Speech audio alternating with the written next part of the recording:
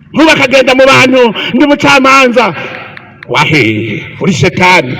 Imbere y'abanyagihugu bari bakoraniye ku kibuga cy'umupira w'amaguru citiriwe ingoma mu gisagara ca Gitega, umukuru w'igihugu yasa n'ufatira mu kivunga abacamanza bose bo mu gihugu ko bakora nabi. Evariste Ndayishimiye ati maze igihe kinini mvuga ariko narabuze n'uw'umuti. Igihe maze mvuga simba mbuze n'ubu abampagararira na bakeyi mvuga nti basi bajya babona intore. Ikintu nyamukuru Evariste Ndayishimiye yagiriza abacamanza bo mu Burundi nukurya ibiturire. Ari mwamavuze muti tuzobazihemba ni mu bisigaye muzane pankarte muti haramukiye bazihemba mwihembe.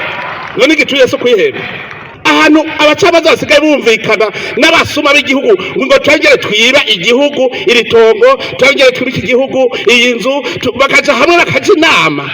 Ivyo biturire ko mudaca mugorora ingingo nimwe mwarose amahera mwaronde.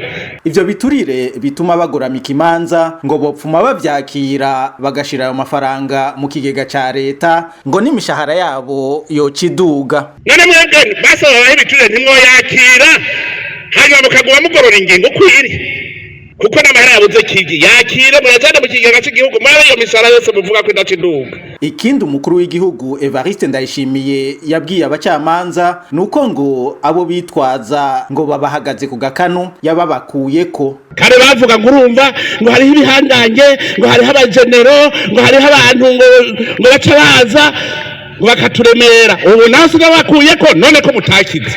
Ibirori vyo kugurura umwaka w'ubutungane w'ibihumbi 2023 ushiru w'ibihumbi 2024 vyo ku munsi wa gatanu Gitega bikaba vyashimikiye ku civugo kivuga giti imanza ziciwe kandi zishizwe mu ngiro mu mwanya mwiza n'ubutungane butuma abanyagihugu barangura imigambi yabo y'iterambere.